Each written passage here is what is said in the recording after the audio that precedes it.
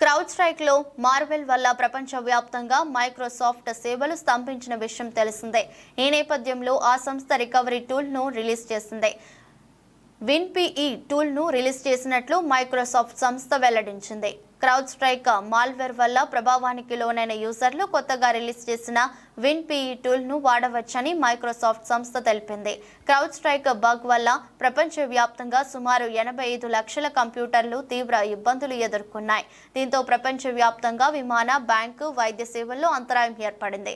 2 repair ఆప్షన్లతో విన్పిఈ recovery tool ను release చేశారు. IT అడ్మిన్లు ఈ టూల్ తో రికవరీ ప్రాసెస్ ను పూర్తి చేయవచ్చు. ఈ టూల్ ను వాడేందుకు మీ కంప్యూటర్లలో విండోస్ 64 బిట్ ప్రాసెసర్ ఉండాల్సిందే. దీంతో పాటు కనీసం 8 GB స్పేస్ కూడా ఉండాలని, 1 GB స్టోరేజ్ ఉన్న USB డ్రైవ్ కూడా అవసరం ఉంటుంది. బిల్ లాకర్ రికవరీకి కూడా అవసరం.